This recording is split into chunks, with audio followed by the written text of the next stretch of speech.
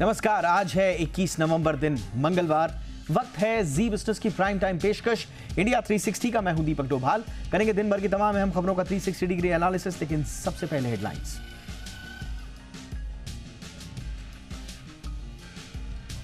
National Herald case में ED का बड़ा एक्शन। दिल्ली, मुंबई, लखनऊ में करीब 752 करोड़ रुपए की संपत्ति अटैच। मामले में राहुल, सोनिया से हो चुकी है पूछताछ। उत्तरकाशी में मजदूरों के रेस्क्यू का 10वां दिन। पहली बार सुरंग के अंदर की सामने आई तस्वीरें। अधिकारियों का दावा 2 से 3 दिन में निकाल लिए जाएंगे मजदूर। यूको बैंक ने गलती से ट्रांसफर कर दिए 820 करोड़ रुपए। सीबीआई कर रही है मामले की जांच। वित्त मंत्रालय का बैंकों को निर्देश, भविष्य के साइबर खतरों के लिए और डिजिटल इकोसिस्टम को करें समीक्षा। आज की कवर स्टोरी में करेंगे 360 डिग्री एनालिसिस। जानेंगे ये बैंकिंग के ग्लिच कब होंगे फिक्स।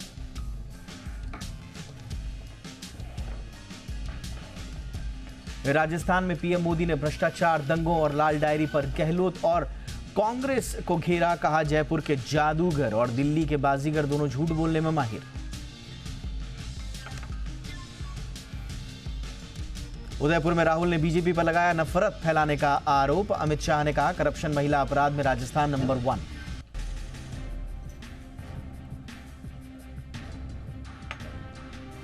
विदेश मंत्री एस जयशंकर की ऑस्ट्रेलिया से आतंकवाद पर चर्चा। क्वाड और कनाडा पर भी विस्तार से बात।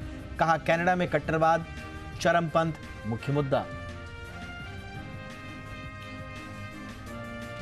रक्षा क्षेत्र में भारत की एक और बड़ी कामयाबी। पहली स्वदेशी एंटीशिप मिसाइल का नौसेना ने किया सफल परीक्षण।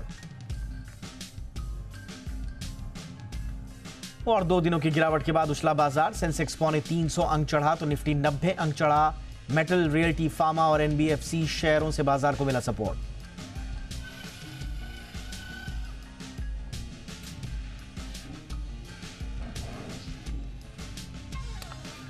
बैंकों में टेक्निकल ग्लिच कब तक? ये हैं कुछ ऐसी खबरें जो आज हमारी न्यूज इन फोकस में रहेंगी। यूको बैंक का पूरा मामला 820 करोड़ रुपए इधर से उधर हो गए। गलती किसकी थी इसका पता लगाया जा रहा है, लेकिन ये कोई पहला ग्लिच नहीं है जो किसी बैंक का सामने आया हो। क्यों होते हैं ये ग्लिच, क्या वजह होती है और एक कस्टमर क्या करे ऐसी प्रॉब्लम्स में? आज विस्तार से इस पर करेंगे चर्चा। साथ ही साथ हार्ट अटैक का कोरोना कनेक्शन। आज आईसीएमआर की रिपोर्ट आई है जो बताती है कि वैक्सीन का हार्ट अटैक से कोई लेना देना नहीं है। तो बीते कुछ दिनों से ये जो अचानक से सडन हार्ट अटैक के मामले बढ़े हैं, इसके पीछे का राज क्या है? एआई वर्ल्ड में क्या चल रहा है, बात चलेंगे। चैट जीपीटी, ओपन एआई में इस्तीफे और निकाले जाने का जो पूरा सिलसिला चल रहा है, ये पूरा क्या मसला है? अब इसका पटाक्षेप कैसे होगा? ऑल्टमैन क्या वापस अपने पुराने रोल में लौटेंगे या नहीं लौटेंगे? पूरी खबर विस्तार से आगे। साथ ही साथ उत्तरकाशी में जो पहाड़ तोड़ ऑपरेशन चल रहा है उसमें अच्छी खबर आज आई है, अच्छी तस्वीरें आज आई हैं, राहत भरी तस्वीरें और खबर आ रही हैं वहां से, और सब कुछ संभवतः ठीक हो जाएगा 1 से 2 दिनों में। पूरा अपडेट इसका भी देंगे आज न्यूज इन फोकस में।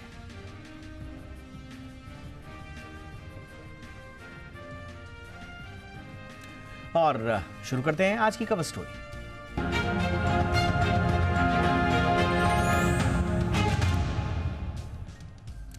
तो हाल ही में यूको बैंक में आईएमपीएस में टेक्निकल दिक्कत के कारण 820 करोड़ रुपए इधर उधर हो गए।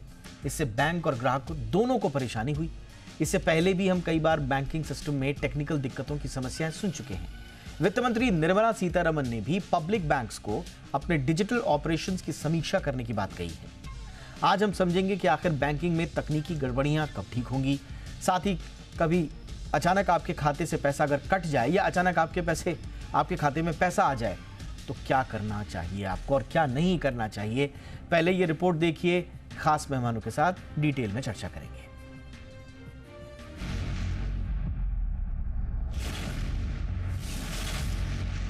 यूको बैंक ने हाल ही में गलती से ग्राहकों के अकाउंट में 820 करोड़ रुपए ट्रांसफर कर दिए थे।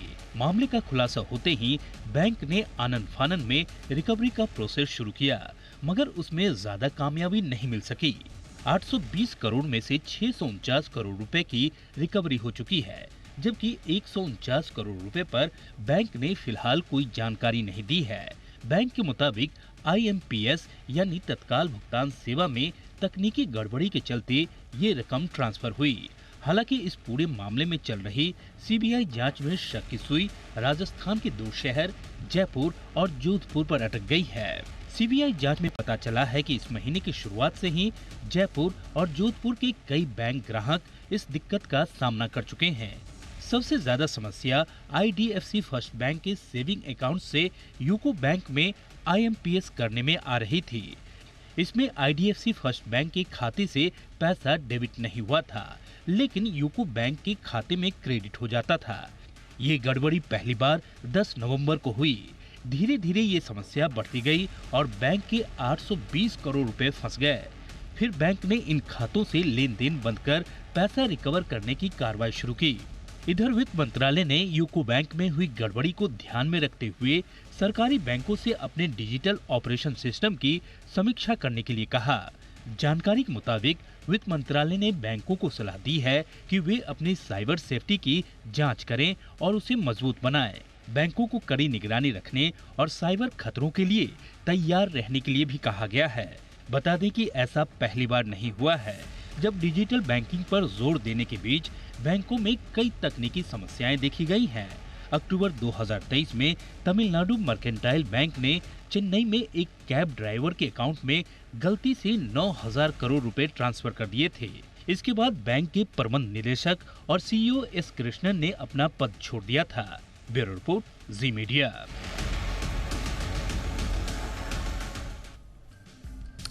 बहुत ही खास मेहमान इस वक्त हमारे साथ जुड़ चुके हैं। आज की चर्चा के लिए RK ठक्कर साहब हमारे साथ जुड़ रहे हैं। पूर्व MD एंड CEO रहे हैं यूको बैंक। बहुत बहुत स्वागत है सर आपका हमारे शो पर। हमारे साथ हैं एक और खास मेहमान Anand Kumar Bajaj, founder and CEO हैं पे नियर बाय के। बहुत बहुत स्वागत है बजाज सर आपका भी हमारे शो पर। मैं ठक्कर सर चर्चा की शुरुआत आपसे ही करना चाहूँगा। आई एम श्योर आप इस पूरे मामले को बारीकी से देख रहे होंगे। क्या समझ में आया सर अब तक, ये एग्जैक्टली हुआ कैसे? एक रोबस्ट फ्रॉड डिटेक्शन और प्रिवेंशन मैकेनिज्म कहा जाता है कि हर बैंक के पास होता है, यहाँ पर कहाँ प्रॉब्लम रह गई सर? देखिए, कहीं ना कहीं तो जो इस टाइम जो इंफॉर्मेशन आ रही है उसके मुताबिक ये, जैसे आपने भी बताया, ये जयपुर और जोधपुर में 2 शहरों को शॉर्टलिस्ट किया गया है जहां से ये सारी ट्रांजैक्शन हुई।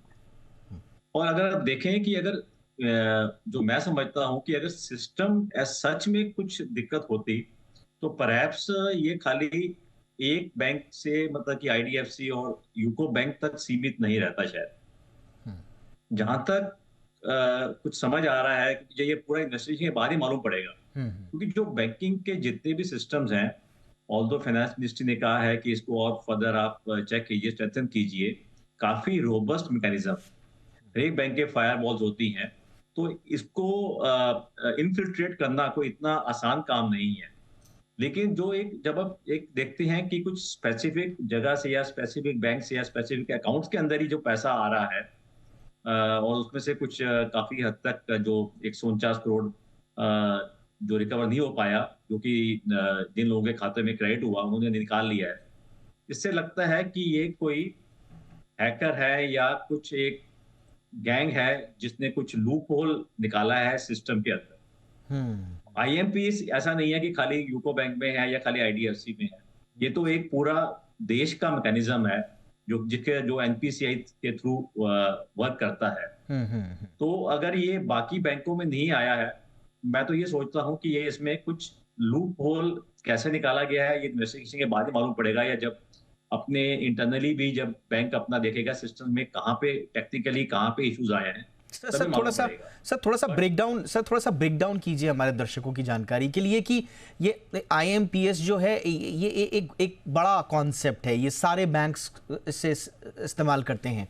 किस तरह से ये काम होता है और अलग अलग बैंक्स कैसे इन्वॉल्व होते हैं इसमें? हाँ जी, मैं बताता हूँ।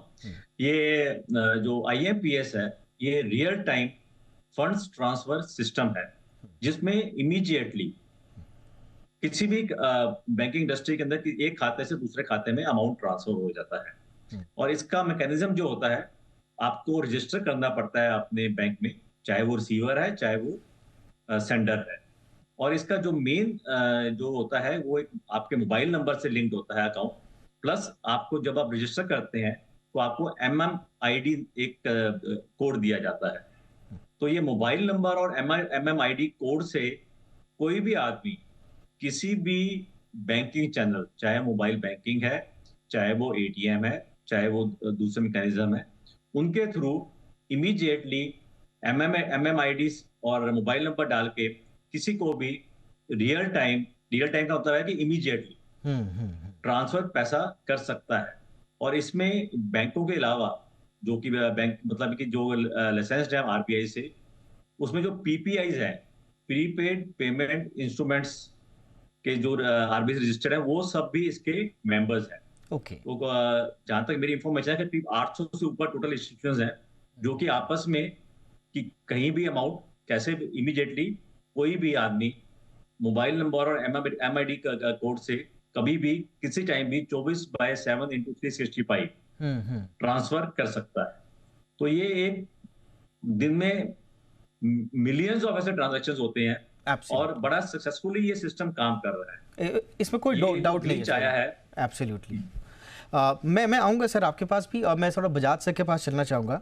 सब आरबीआई की भी सख्त गाइडलाइंस हैं कि बैंक्स को जितने भी गैप्स हैं उनके सिस्टम में, अगर वो किसी भी तरह का अनऑथोराइज ट्रांजैक्शन हो रहा है या कोई पॉसिबल लाइबिलिटीज जो अनचाही लाइबिलिटीज बैंक के ऊपर आ जाती हैं, जैसे यूको के केस में हुआ है, इनको रोकने के लिए आप लगातार एसेस करते रहें अपने गैप्स को। आपको क्या समझ में आ रहा है सर, कहाँ पर रह गया एक आईएमपीएस का सिस्टम? कौन सी वो वल्नरेबिलिटी थी जो ये संभावित कोई हैकर है या जो भी है इसने कर दिया? देखिए दीपक जी, मेरा मानना है कि ये किसी टेक्निकल डिप्लॉयमेंट के दौरान जो टेस्टिंग की जाती है उसमें कुछ खामी रह गई।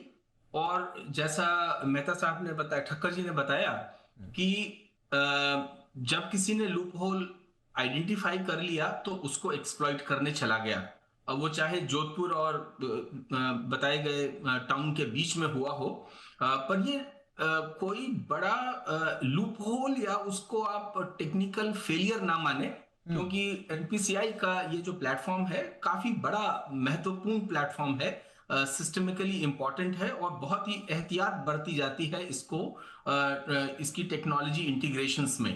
तो रेगुलरली बैंक्स अपने अपने एंड पर कुछ कंट्रोल्स डिप्लॉय करते रहते हैं। और मुझे जैसा अभी समझ में आ रहा है ये कि किसी डिप्लॉयमेंट के टाइम पर जब कोड इंटीग्रेशन होते हैं तो उस समय जो टेस्टिंग की जाती है उस समय बहुत ही सिलसिलेवार तरीके से अगर आप end to end point to point testing नहीं कर पाते हैं और जल्दबाजी में कुछ डिप्लॉयमेंट कर जाते हैं तो ये डिफिकल्टी आती है। अन्यथा जैसा ठक्कर साहब ने भी कहा कि अगर ये जेनेरिक लूपहोल होता तो ये पूरे देश में फैल चुका होता। और चूंकि कुछ ही लोगों को पता चला, और मैं तारीफ करूंगा यूको बैंक की कि उन्होंने इस बात को जल्दी पकड़ के इस प्रोसेस को रुकवाया। मेरा ये भी मानना है कि इसमें ऑपरेशनल होशियारी और बरती जा सकती थी, क्योंकि ये 2 दिन 3 दिन तक जब गया, जो सेटलमेंट का प्रोसेस है उसमें बैंक के पास ये पैसा जब सेटल होता है उस समय ये चीज पकड़ी जानी चाहिए थी। पर शायद उस समय वहां पर कुछ और बेहतर काम किया जा सकता था। दीपक जी। ऑल राइट ठक्कर साहब, प्रथम दृष्टया अब स्वाभाविक रूप से जांच आगे बढ़ेगी, क्या एग्जैक्टली हुआ ये तो बाद में पता चलेगा, लेकिन प्रथम दृष्टया आपकी नज़र में क्या लग रहा है, ये लूप होल किस लेवल पे निकले? ये UCO, IDFC first and IMC का ये जो माफ़ कीजिएगा, ये जो पूरा ट्रायंगल बन रहा है, ये उसके पूरे ट्रायंगल की ये प्रॉब्लम है, या इन्होंने पूरा आईएमपीएस का जो पूरा सिस्टम है उसको स्टडी किया, उसमें लूप होल निकाला, या पर्टिकुलर बैंक का, 2 बैंक और एक आईएमपीएस, इसके ट्रायंगल का ही कुछ लूप होल निकाला? ये देखिए, जहां तक अभी तक जो इंफॉर्मेशन अवेलेबल है उससे तो यही लगता है कि ये एज फार जो आईएमपीएस सिस्टम है उसमें बेसिकली बहुत रोबस्ट सिस्टम है, कोई लूप हो और उसके अंदर कोई दिक्कत वाली चीज नहीं लगती। क्योंकि ये दो ही बेसिकली इंस्टीट्यूशंस पे लिमिटेड है। अगर वो आईएमपीएस सिस्टम में होता तो परहैप्स पूरी इंडस्ट्री एज सच उससे इफेक्ट होती, और चाहे हैकर हैं या जो कोई भी है वो उसको एक्सप्लॉइट करते। सिंस ये पूरा खाली दो बैंकों में और एक दो पर्टिकुलर शहरों के अंदर ही सीमित रह के रह गया है, ये लगता है कि कहीं उनको कुछ कहीं आइदर आईडीएफसी में या यूको में कहीं उनको कुछ एक सिस्टम में कहीं उनको लूपहोल मिला है जिसको उन्होंने एक्सप्लॉइट किया।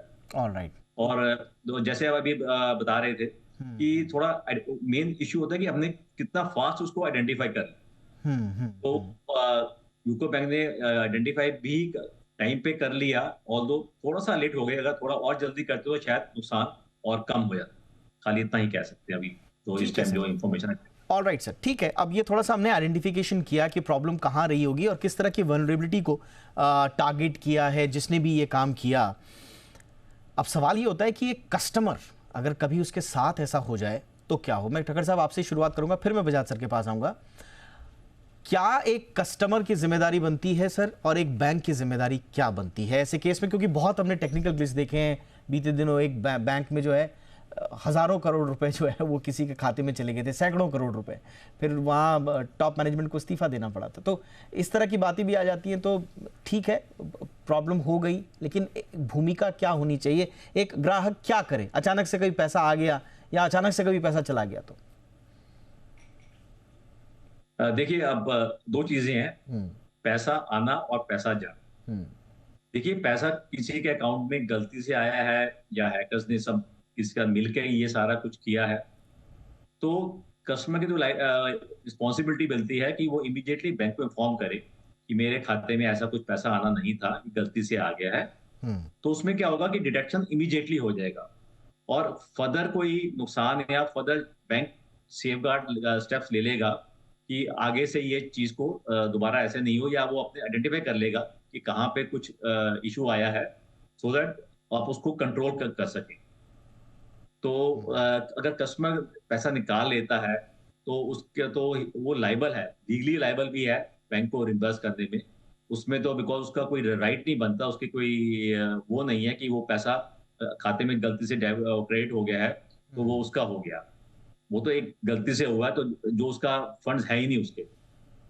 अब रही सेकंड, जब किसी का गलती से अकाउंट डेबिट हो जाता है और पैसा और कहीं रिमिट हो जाता है, जो कि उसने कोई इनिशिएट नहीं किया कोई ट्रांजैक्शन, और किसी फ्रॉस्टर ने उसका, चाहे वो फ्रॉस्टर ने हैक करके किया या कस्टमर का मतलब अकाउंट के डिटेल मिल गया उसके और उसने उसको एक सिस्टम को एक्सप्लॉइट किया, तो उस केस में ग्राहक को इमीडिएटली बैंक को इन्फॉर्म करना होता है। और वेरियस मीन्स होते हैं, चाहे वो ब्रांच में कर दे, चाहे वो अपना कॉल सेंटर पे जाके फोन कर सकता है, चाहे वो अपना उसकी इंटरनेट बैंकिंग या मोबाइल बैंकिंग है उसके जरिए इमीडिएटली वो इन्फॉर्म कर सकता है। उसमें क्या होता है कि अगर बिल्कुल इमीडिएटली जैसे ही उसका पैसा ट्रांसफर हुआ और इन्फॉर्म करता है, तो बैंक उसकी वो अकाउंट पैसा कहाँ गया उसकी वो उसको ट्रेल मिल जाती है। और अगर वो पैसा सिस्टम से अगर बाहर नहीं निकला, अभी बैंकिंग सिस्टम के अंदर ही है, तो उसको बैंक उसको फ्रीज करा के कस्टमर को वापस पैसा दिला सकता है। लेकिन वो तभी पॉसिबल होता है कि अगर टाइमली इमीडिएट। ऑलराइट, ऑलराइट, ठीक है सर। मैं बजाज सर के पास आना चाहूँगा। बजाज सर, इसमें एक कंज्यूमर का ये भी रहता है, एक मानसिकता रहती है। हमने कई बार देखा है, ये तो बड़े बड़े अमाउंट हैं तो बड़ी सुर्खियां बन जाते हैं, लेकिन कई बार सैलरी अकाउंट्स में डबल सैलरी आ जाना, एक साथ अचानक से पैसा आ जाना, और एक आम धारणा, मैं एक आम कंज्यूमर की धारणा बता रहा हूँ, पहले तो उसको समझ में नहीं आता है कि क्या हुआ, अचानक से मेरे खाते में इतने सारे पैसे क्यों आ गए, कहाँ से आ गए। फिर कई बार ये भी होता है कि आ गए हैं तो चलो इसको कहीं और ट्रांसफ़र कर दो, मेरी गलती थोड़े ना है, ये तो बैंक की गलती है, बैंक भुगते, मेरे खाते में तो आए, मुझे क्या मालूम कहाँ से आए, मैंने साइड में कर दिए। तो एक कस्टमर की भूमिका आप क्या देखते हैं इसमें? देखिए दीपक जी, मेरा मानना है और विश्वास है कि आम आदमी बहुत समझदार है। मेरा ये मानना है, और मैं जिस तबके को मिलता हूँ, समझता हूँ, जिसको सर्व करता हूँ फ्रॉम पे नियर बाय, बहुत ही गरीब तबका है पूरे भारत का, जिसको हम लोग बेसिक फाइनेंशियल सर्विसेज पहुंचाते हैं। और ये तबका बहुत समझदार है। मेरा मानना है कि एटलीस्ट जिन लोगों से हम सरोकार रखते हैं वो सहम जाते हैं जब ये अनड्यू डेबिट होते हैं या अनड्यू क्रेडिट होते हैं। आप ठीक बोल रहे हैं दीपक जी, आपने जो देखा कुछ लोगों में वैसी प्रवृत्ति रहती है कि पैसे को लेके चले जाओ, पर जैसे जैसे डिजिटल अवेयरनेस बढ़ रही है, जनसाधारण को ये मालूम है कि ये पैसा ट्रैकेबल है, ट्रेसेबल है और इसके लिए मैं जिम्मेदार हूं। पर मैं आपको दो बातें बताना चाहता हूं कि इन सब चीजों का एक टेक्निकल मैसेजिंग अवेयरनेस आवश्यक है। जैसे आपके अकाउंट में जब पैसा डेबिट होता है तो आपको एक अलर्ट आता है कि ये आपके खाते में पैसा डेबिट हो गया है, यदि आपने यह ट्रांजैक्शन नहीं किया तो तुरंत अपने बैंक को सतर्क करें। मेरा मानना है दीपक जी, और ठक्कर साहब मानेंगे ये बात मेरी, कि ऐसे ही क्रेडिट के लिए अलर्ट आना चाहिए कि ये क्रेडिट आपके खाते में हुआ है, अगर ये आपका पैसा नहीं है आप तत्काल अपने बैंक को खबर करें। और देखिए पूरी जनता देख रही है इस बात को जी बिजनेस के माध्यम से, और सब मानेंगे कि मूलतः हम सब ईमानदार हैं। और अगर हमें इस बात का इसकी बात से सचेत कराया जाए कि ये पैसा जो मोहन तंसाले साहब हमें बताते हैं, एक्स इंडियन बैंक एसोसिएशन के सीईओ जो हमारे बोर्ड पे हैं, उनका कहना है कि ये अनड्यू इनरिचमेंट गलत है, अनलॉफुल है, और सिटीजन्स को इसकी बात अगर समझाई जाए तो जनसाधारण इसको लेके भागना नहीं चाहेगा पैसा। हर आम आदमी ईमानदार होता है, मैंने ये देखा है। दूसरी बात ऐसी है कि 20 साल पहले जब मैं आईसीआईसीआई बैंक में कार्यरत था तो हमने पॉजिटिव पे और पॉजिटिव रिसीव पे काम किया था कि मेरे खाते से जब भी कोई चेक डेबिट होने आए तो वो चेक की मुझे अलर्ट आए और मैं उसको अप्रूव करूं, तभी वो पैसा डेबिट हो।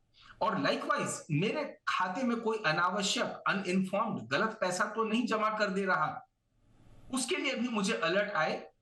मैं अच्छा फील कर रहा हूं इस बात को लेके। पिछली बजट मीटिंग में मैडम सीतारमन जी ने ये अनाउंस किया कि बैंकों को ये सिस्टम इंप्लीमेंट करना चाहिए कि अगर अनवांटेड क्रेडिट आपके खाते में ना आए, आप उसको होल्ड करके रख सकते हैं और बैंक को वहीं का वहीं रिवर्स करवा सकते हैं। ओके। तो ये हालांकि मेरा मानना है कई चीजें टेक्निकली सॉल्व की जा सकती हैं, हाँ। जो कि अब आज मास लेवल पे जब यूपीआई आ गया है और जनसाधारण इसको सीख पा रहा है, तो ये बेसिक हाइजीन्स हम लोग अपने अकाउंट में अलर्ट नहीं आए, गलत पैसा क्रेडिट नहीं हो, इसकी भी टेक्नोलॉजी है बहुत आसान। हमने जब 20 साल पहले सोची, इंप्लीमेंट की, तो आज इसको ठीक। कॉमन लोगों तक ले जाना चाहिए। ठीक है बजाज साहब, बहुत अच्छे तरीके से आपने बताया कि इसमें एक कंज्यूमर, एक ग्राहक की भूमिका किस तरह की हो सकती है। लेकिन एक सवाल पे टक्कर साहब रह जाता है और वो है लायबिलिटी का। कई बार कंज्यूमर सोचता है कि कहीं इसमें कोई मेरी लायबिलिटी तो नहीं हो जाएगी, थर्ड पार्टी फ्रॉड है, मेरा इसमें क्या लेना देना होगा, थोड़ा सा डर भी जाते हैं लोग। थोड़ा किसी भी मामले में हो, कंट्रीब्यूटरी फ्रॉड हो, नेग्लिजेंस का मामला हो, deficiency on the part of the bank, किसी भी मामले में थोड़ा कंज्यूमर एक डरा सा रहता है क्योंकि बात पैसे का होता है। तो क्या इसमें लायबिलिटी का क्या वो है सर, प्रावधान? नहीं, देखिए, एज फार एज कोई भी कस्टमर है, अगर उसके खाते में जो उसका गलती से पैसा आ गया है या किसी फ्रॉडस्टर ने कुछ किया है, तो देखिए, जब तक अगर उसकी इन्वॉल्वमेंट नहीं है, उसको डरने की बिल्कुल जरूरत नहीं है। वो तो उल्टा अथॉरिटीज की हेल्प कर रहा है कि जो कोई किसने कोई फ्रॉड किया है, गलत काम किया है, उसको ट्रेस करने में उसको बिल्कुल भी उसमें घबराने की जरूरत नहीं है। और नॉर्मली उसका कोई इसमें क्योंकि इन्वॉल्वमेंट नहीं है, ऑनलाइन ट्रांसफर आया है, उसमें उसका कोई रोल है ही नहीं बेसिकली। तो जब वो इन्फॉर्म कर रहा है तो उसको बिल्कुल ये कोई डर नहीं होना चाहिए कि कल को उसको कुछ लाइबल करेंगे, कोई ऐसा नहीं है। He is totally safe and उसको और जहां तक cooperating, he is helping the country. और सर जहां तक मैं आरबीआई रूल्स को पढ़ पा रहा हूं, इसमें एक प्रावधान ये भी है कि the burden of proving customers liability in case of unauthorised electronic banking transaction shall lie on the bank. तो ये उसको ये क्लियर करने की जरूरत नहीं है कस्टमर को, अगर कोई लायबिलिटी होगी तो वो बैंक अपनी तरफ से वो करेगा, उसको ये बताने की जरूरत नहीं है कि मैं हूं या लायबिलिटी मेरी या है नहीं। ये सही है सर क्या? बिल्कुल ठीक है, वो जो भी करना है वो बैंक की है। कल को जैसे अगर गलत उसका अकाउंट डेबिट हो जाता है तो लायबिलिटी कल को कोई आएगी तो बैंक के ऊपर ही आएगी, उस पे कस्टमर पे कोई भी कभी लायबिलिटी नहीं है। ठीक है सर। साहब, जब तक कोई इन्वॉल्वमेंट प्रूव नहीं हो जाए। All right sir, all right sir. ठीक, तो हम ये इसलिए बता रहे हैं क्योंकि देखिए कभी कभी क्या होता है इस तरह के केसेस में, अचानक से आपके खाते में पैसा आ गया। देखिए मैं जैसे बार बार कह रहा हूं, ये इंसानी प्रवृत्ति है दो तरह का।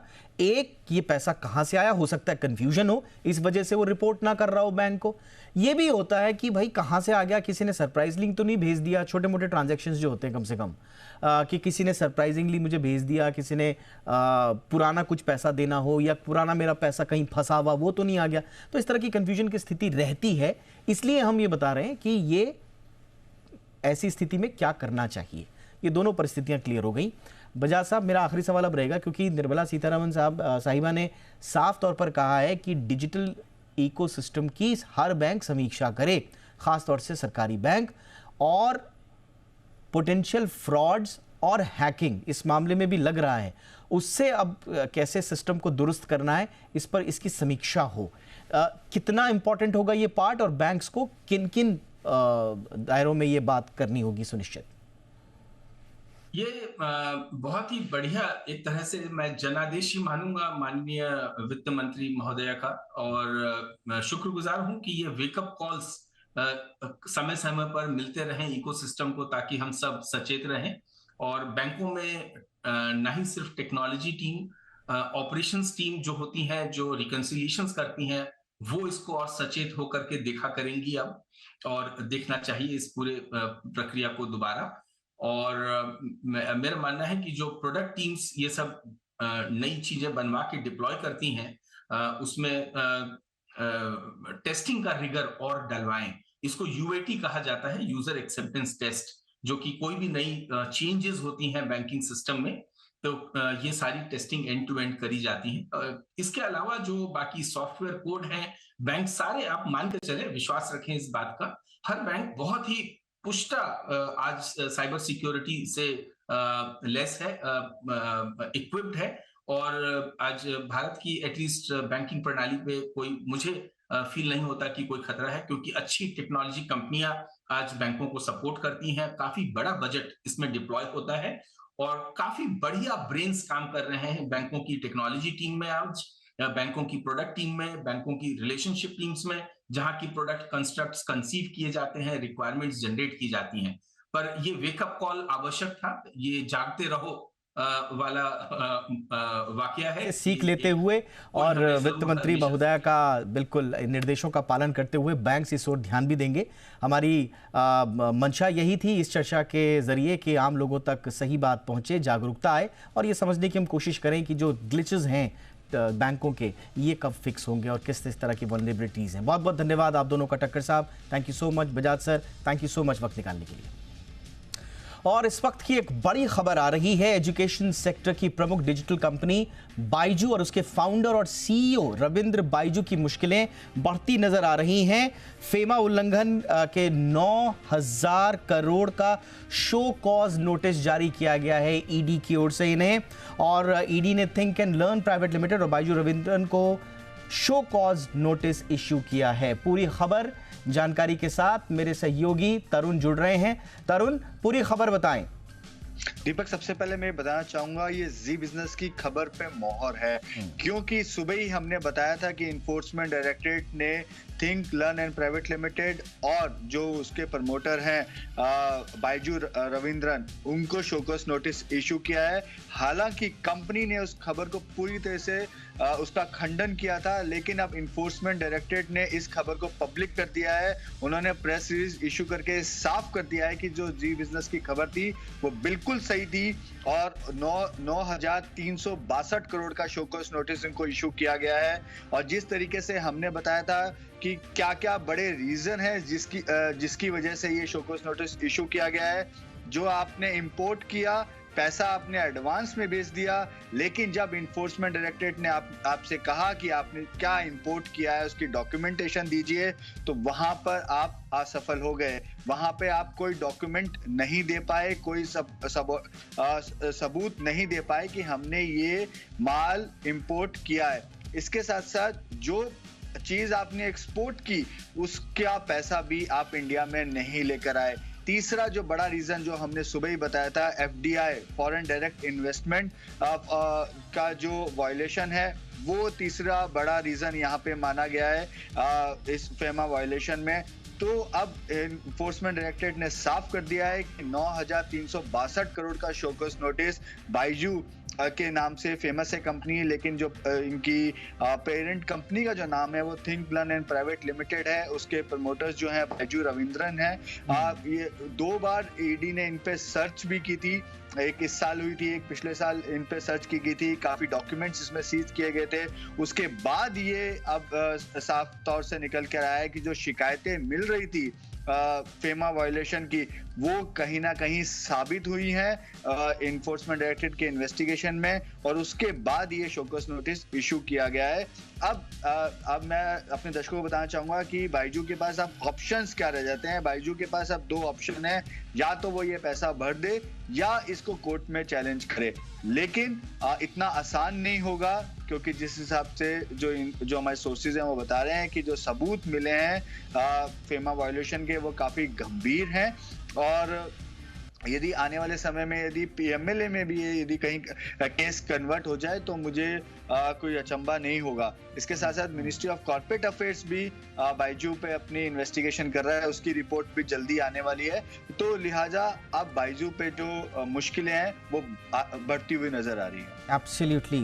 अप्रैल में भी ईडी ने बताया था कि किस तरह से संदिग्ध दस्तावेज और डिजिटल आंकड़े उनके पास आए थे, जैसा कि डिटेल अभी तरुण बता रहे हैं। Think and learn private limited 2020-21 में अपने वित्तीय विवरणी तैयार नहीं किए थे, खातों का ऑडिट नहीं किया था, बहुत सारे इसमें लूपहोल्स थे जो लगातार तरुण इसको कवर कर रहे हैं।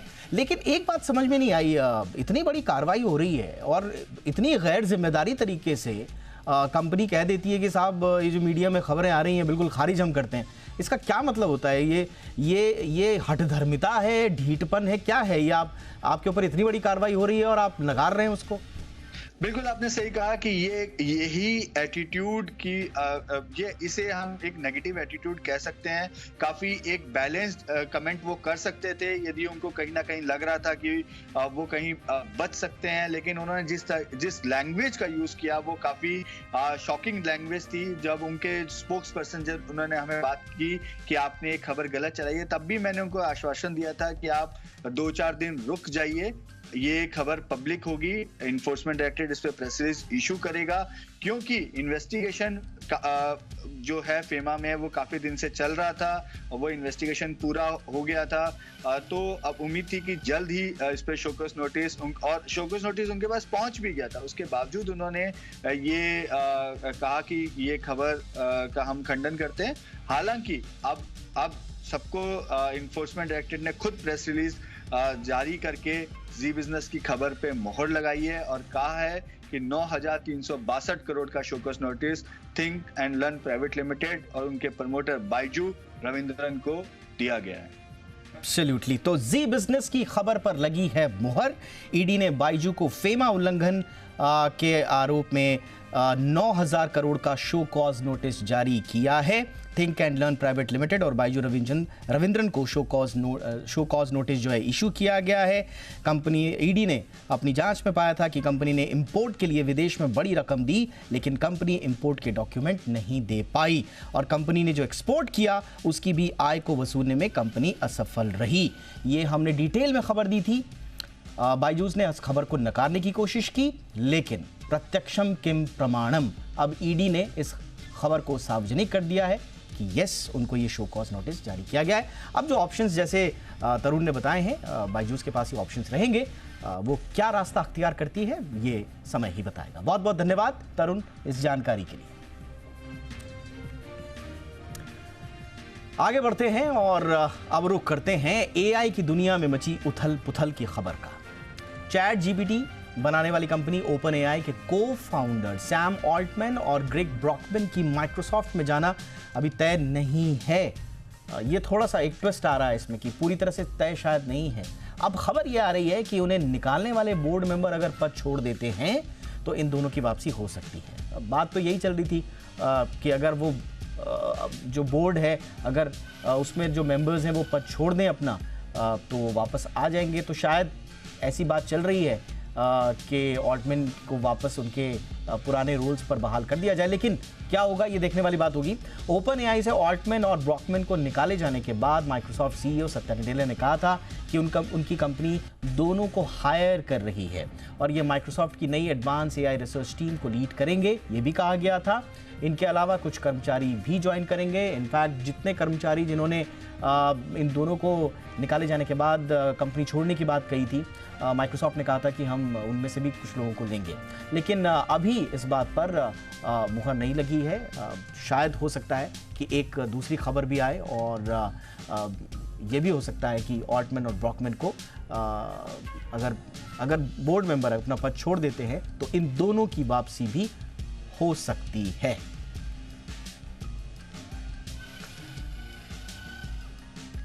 चलिए आगे बढ़ते हैं और चलते हैं उत्तरकाशी, जहां 10 दिनों बाद उत्तरकाशी से एक सुकून भरी तस्वीरें आ जाईं। 10 दिनों बाद सुरंग में फंसे 41 मजदूरों की तस्वीर पूरे देश ने देखी। सबसे अच्छी बात यह है कि सभी के सभी पूरी तरह से सुरक्षित नजर आ रहे हैं, स्वस्थ नजर आ रहे हैं। मजदूरों को बचाने के लिए 5 तरफ से सुरंग तोड़ने का काम चल रहा है।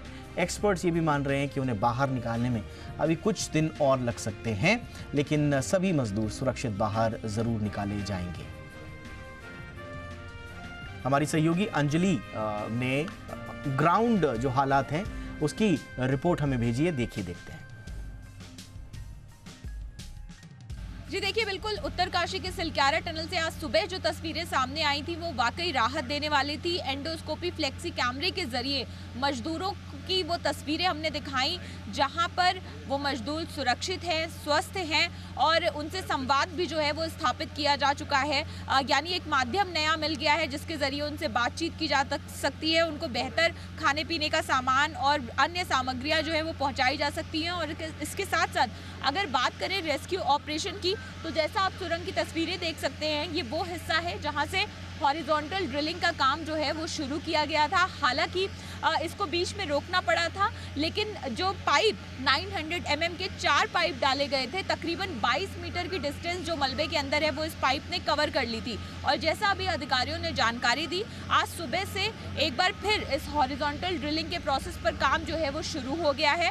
पाइप जो 900 mm डायामीटर के थे, उनके अंदर 800 mm डायामीटर के पाइप्स को पुश किया जा रहा है या उसके बड़े पाइप के अंदर छोटे पाइप को डालकर फिर ऑगर मशीन के इस्तेमाल से उसे आगे भेजा जाएगा। तो तकरीबन 18 मीटर तक ये डिस्टेंस जो है वो चला गया है। एक ऊपर की ओर से ड्रिलिंग का ऑप्शन 325 मीटर का भी है जो बरकोट एंड की से पास में है, लेकिन चूंकि 325 मीटर की डिस्टेंस जो है ये कवर करना ज़्यादा मुश्किल है, तो ऐसे में अन्य जो विकल्प हैं उन पर भी फोकस किया जा रहा है। और राहत की बात ये है कि अब चूंकि एक 6 इंच का पाइप सक्सेसफुली डाला जा चुका है इसी मलबे के अंदर, तो ऐसे में कोशिश ये है कि अब आगे जो हॉरिजॉन्टल ड्रिलिंग का काम है, यानी अगली जो जैसा विशेषज्ञों ने बताया, यहाँ पर अधिकारियों ने बताया कि 25 से 45 मीटर का जो काम है जो बहुत क्रूशियल होता है, बीच में अगर कोई व्यवधान नहीं आता तो मजदूरों तक पहुंचने में ज़्यादा समय नहीं लगेगा। और कोशिश भी यही की जा रही है प्रशासन की ओर से कि जल्द से जल्द जो रेस्क्यू ऑपरेशन है उसको अपने अंजाम तक सफलतापूर्वक पहुंचाया जाए। शुक्रिया इस तमाम डिटेल के लिए। आगे बढ़ते हैं। आईसीएमआर की एक स्टडी से एक बात साफ हो गई है कि देश में अचानक हार्ट अटैक के बढ़ते मामलों का कोरोना वैक्सीन से कोई संबंध नहीं है। खासकर युवाओं के हार्ट अटैक से मौत के मामले में कुछ ऐसा ही भ्रम पैदा हो गया था, जिसे आईसीएमआर ने अब दूर कर दिया है।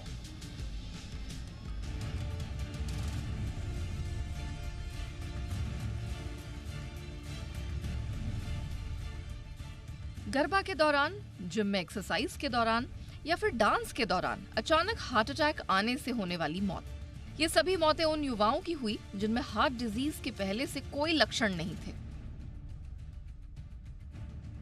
एक बहस चल पड़ी है कि कोविड वैक्सीन के चलते युवाओं में हार्ट के मामले बढ़े हैं। जिस वैक्सीन ने लोगों के मन के अंदर से कोरोना के डर को दूर किया,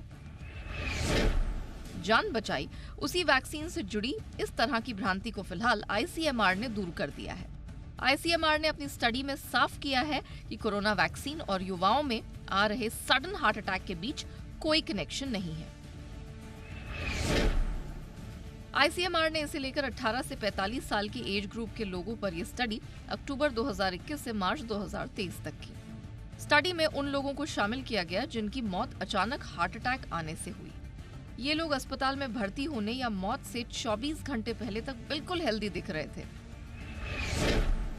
स्टडी में शामिल 87% लोगों को कोविड वैक्सीन की कम से कम एक डोज लग चुकी थी। 2% को अस्पताल आने की जरूरत पड़ी थी। 2% को कोरोना से रिकवर होने के बाद भी सांस फूलने संबंधी दिक्कतें बनी हुई थी। इन लोगों में से 10% लोग ऐसे थे जिनके परिवार में पहले भी किसी की अचानक मौत हो चुकी थी। मरने वालों में 27% लोग स्मोकर थे। 27% लोग शराब पीते थे। मरने वालों में से 677 लोग ऐसे भी थे जिन्होंने मौत से 48 घंटे पहले ज्यादा शराब पी रखी थी। 18% लोग मौत से 1 साल पहले तक एक्सरसाइज कर रहे थे। यानी आईसीएमआर की स्टडी कोविड संक्रमण और लाइफस्टाइल के मिले जुले असर की वजह से अटैक की ओर इशारा कर रही है। आईसीएमआर के अलावा बीते दिनों नेशनल इंस्टीट्यूट्स ऑफ हेल्थ और फिर एम्स की एक स्टडी में भी पाया गया है कि कोविड की वजह से हार्ट की आर्टरी के सेंसर में फॉल्ट आ जाता है। जब सेंसर में फॉल्ट आता है तो ये अपना काम सही से नहीं करता। दिल की आर्टरी में दिक्कतें पैदा होना आगे चलकर हार्ट अटैक और स्ट्रोक का कारण भी बन सकता है। कुछ दिन पहले आईसीएमआर की स्टडी का हवाला देते हुए केंद्रीय मंत्री मनसुख लाल मांडविया ने भी बयान दिया था कि जिन्हें कोविड हो चुका है वो अपने ज्यादा मेहनत वाले काम से बचें ताकि हार्ट पर जोर ना पड़े। कुल मिलाकर कहें तो आईसीएमआर की स्टडी और एम्स के नतीजे ये बताते हैं कि जिन लोगों को कोविड मॉडरेट और सीवियर हुआ है उन्हें लगातार टेस्ट करने के साथ साथ कम से कम 1 से 2 साल ज्यादा एक्सरसाइज या भारी काम करने से बचना चाहिए और संयमित लाइफस्टाइल अपनानी चाहिए। हाँ, ये हम पूरी तरह से निकाल दें कि कोरोना वैक्सीन हार्ट अटैक के लिए जिम्मेदार है। ब्यूरो रिपोर्ट, जी मीडिया। बाजार में आज जोरदार एक्शन देखने को मिला। अच्छे ग्लोबल संकेतों के चलते बाजार में चौतरफा खरीदारी रही। कारोबार के अंत में सेंसेक्स 350 अंकों की मजबूती के साथ 65,931 के लेवल पर बंद हुआ। वहीं निफ्टी 90 अंकों की उछाल के साथ 19,783 पर बंद हुआ, जबकि बैंक निफ्टी सेंचुरी लगाकर 43,680 के पार क्लोज हुआ। मेटल, रियल्टी, फार्मा और एनबीएफसी शेयरों से बाजार को सपोर्ट मिला। पूरा एक्शन दिन भर का बताएंगे अरमान। देखिए, आज मार्केट में आप निफ्टी देख लीजिए या निफ्टी बैंक देख लीजिए, 0.2%, 0.5%, 4% के आसपास की आपको तेजी आती हुई दिखी। हालांकि अगर आप देखें मिड कैप या स्मॉल कैप में, वहां पर कई सारे स्टॉक्स में आपको कंपैरेटिवली बढ़िया तेजी आती हुई दिखी। अगर निफ्टी गेनर्स की स्पेसिफिकली बात की जाए तो SBI life, HDFC life, Hindalco, JSW steel जैसी कंपनियां हैं जहां पे आपको जो टॉप गेनर्स की सूची में रहे। वहीं लूजर्स की बात करें तो कोल इंडिया, ओएनजीसी, बीपीसीएल, कुछ ऐसे स्टॉक्स रहे जहां पर गिरावट आती हुई दिखी। कौन से स्टॉक्स रहे फोकस में? डीसीएक्स सिस्टम लगभग 12.5% की तेजी आती हुई दिखी। आप रेलवे से जुड़ी सारी कंपनियों की बात करें, जिसमें आप टीटागढ़ रेल सिस्टम की बात करें, वहां पर भी अब तो खबर तो आई सही, उसी के साथ साथ 7% की तेजी आती हुई दिखी। बीईएमएल भी 7% की बढ़त के साथ बंद होता हुआ दिखा। वही टालब्रेज ऑटोमोटिव की बात करें, वहां पर भी आपको लगभग 14% के आसपास की बढ़िया तेजी आती हुई दिखी। टॉप गेनर्स अगर निफ्टी के अलावा देखे जाएं तो उसमें आपको Technocraft, rallies India, fam industries और कल्याण ज्वेलर्स जैसे स्टॉक दिखेंगे जहां पर अच्छी खासी तेजी आपको आती हुई दिखी। और अगर टॉप लूजर्स की कैटेगरी देखी जाए निफ्टी के अलावा तो उसमें KPIT tech, Tata investment corp, Thermax और अपोलो माइक्रोसिस्टम जैसी कंपनियां हैं जहां पर गिरावट आती हुई दिखी। हालांकि कुछ स्पेसेस जैसे रेलवेज हुआ, वहां पर आपको कंपैरेटिवली अच्छे खासे गेन्स आते हुए दिखे। और मिड कैप या स्मॉल कैप में कई सारे स्टॉक्स ऐसे हैं जहां पे आपको अच्छी खासी तेजी आती हुई दिखी। IREDA के IPO में निवेश का आज पहला दिन है और जी बिजनेस के मैनेजिंग एडिटर अनिल सिंघवी ने इरेडा में निवेश को लेकर क्या सलाह दी है, आइए सुनते हैं।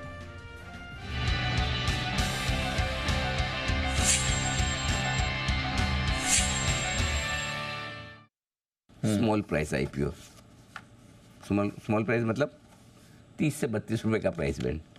Small size IPO, small size मतलब 2150 करोड़ का, जिसमें से 1290 करोड़ का फ्रेश इश्यू है, 860 करोड़ की ऑफर फॉर सेल है। और तीसरा जो आज की का बड़ा लाइमलाइट में है, PSU कंपनी, सरकारी कंपनी। अब मैं आपको इसका फंडामेंटल्स बताऊँ।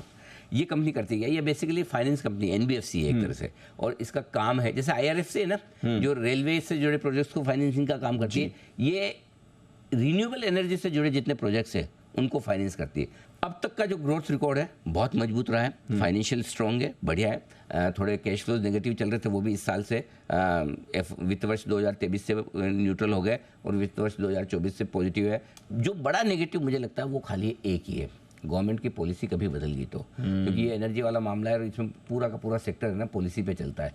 कभी गवर्नमेंट का फोकस रिन्यूएबल से हटके पता चला किसी और पे चला गया तो पीएफसी और आरईसी की कंपैरिजन में थोड़ी सी कंपनी का नेट इंटरेस्ट मार्जिन कम है, आरओए थोड़ा सा कम है। वो मुझे लगता है कि जैसे ये नवरत्न होगी ना, इनकी कॉस्ट ऑफ बोरोइंग कम हो जाएगी और जो फ्यूचर आउटलुक है उस हिसाब से ये लिस्टिंग पर भी थोड़ा पैसा बनेगा और लॉन्ग टर्म के लिए भी आप इसको पोर्टफोलियो में रख सकते हैं। पावर स्टॉक्स आप मिस कर गए तेजी, तो ये प्रॉक्सी पावर प्ले है आपके लिए। पैसा लगाने की राह है, ओके, और पैसा दो तरीके से लगाना है जी। रीजनेबल लिस्टिंग है, यानी ठीक ठाक लिस्टिंग है ना, आपको मिल जाएंगे, और लॉन्ग टर्म के लिए भी आप इस आईपीओ में पैसा लगा सकते हैं।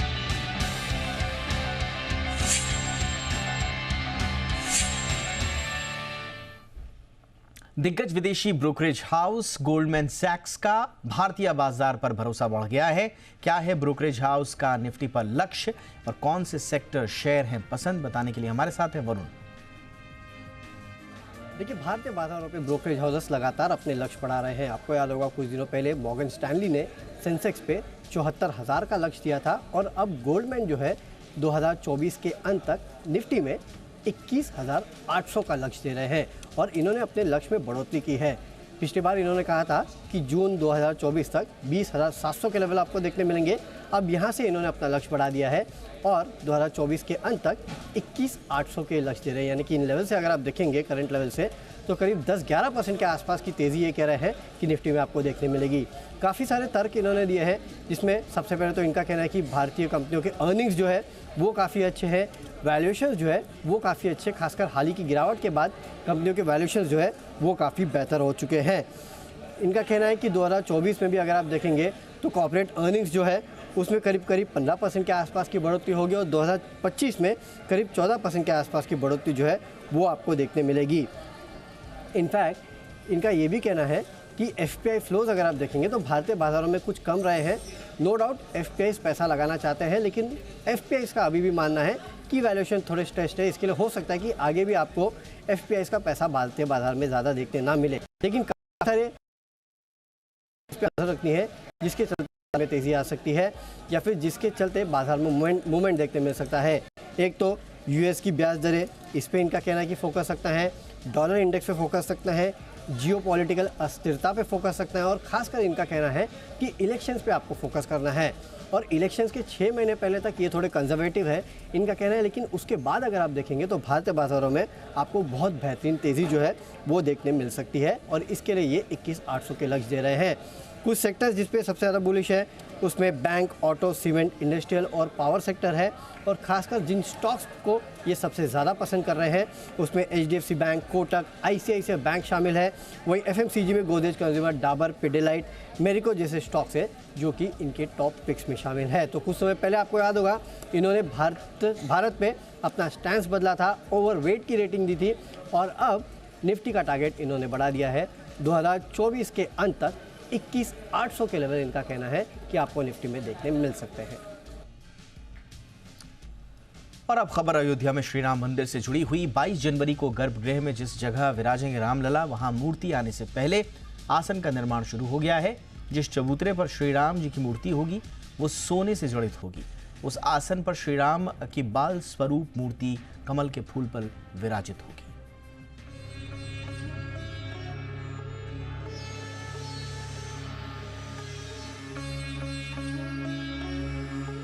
ये है श्री राम मंदिर का गर्भगृह, जहां पर रामलला की मूर्ति की प्राण प्रतिष्ठा 22 जनवरी 2024 को अभिजीत मुहूर्त में की जाएगी।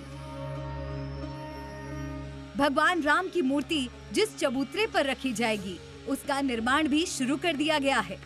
यही है वो चबूतरा जिस पर रामलला की 4 फीट 3 इंच ऊंची मूर्ति रखी जाएगी। इसे सोने से मढ़ा जाएगा। इस स्वर्ण जड़ित चबूतरे के ऊपर रामलला के बाल स्वरूप की मूर्ति स्थापित होगी। इस चबूतरे की ऊंचाई 4 फीट 2 इंच होगी। जी न्यूज आपको पहले ही बता चुका है कि श्री राम मंदिर में रामलला की जिस मूर्ति की प्राण प्रतिष्ठा होगी, उस मूर्ति का चेहरा 5 साल के बालक का होगा। राम मंदिर के गर्भगृह में स्थापित करने के लिए 3 मूर्तियों को बनाया जा रहा है। इन तीनों मूर्तियों में से जो सबसे आकर्षक और मनमोहक होगी, उसे ही गर्भगृह में स्थापित किया जाएगा। रामलला की मूर्ति बनाने का काम अंतिम चरण में है, जो इस महीने के अंत में पूरा हो जाएगा। कर्नाटक व राजस्थान के 3 मूर्तिकार 3 मूर्तियां बना रहे हैं। इस बीच श्री राम मंदिर के भूतल का काम करीब पूरा हो चुका है। अब प्रथम तल का काम चल रहा है। जैसे जैसे श्री राम मंदिर के शुभारंभ की तिथि नजदीक आ रही है, अयोध्या में राम मंदिर की तैयारियां भी तेज हो रही हैं। अब राम भक्तों को उस तारीख का इंतजार है जब मंदिर में स्थापित होने वाली रामलला की मूर्ति बनकर तैयार होगी। ब्यूरो रिपोर्ट, जी मीडिया। इंडिया 360 में आज बस इतना ही। #ZIndia360 याद रखिए। कोई राय, कोई सुझाव हो तो जरूर भेजिएगा। नमस्कार।